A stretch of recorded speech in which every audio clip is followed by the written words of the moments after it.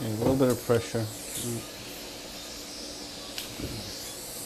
A very heavy guy a couple weeks ago where the whole instrument's in, there's a polyp all the way in the right colon, scope is looped, and you think, oh, I will never be able to get the snare around all those loops and bends. And we advanced the snare through the scope easily, got to the polyp, and I said to my nurse, most likely you're going to have a hard time opening the snare, and it may jump because when it's a lot of loops, you'll end up pushing, and then suddenly the snare will pop open. That didn't happen at all. She opened her hand, the snare opened, we put it around the polyp, closed it, took it off.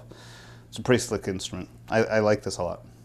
And having a snare that opens, well, I should say wide as it opens fully.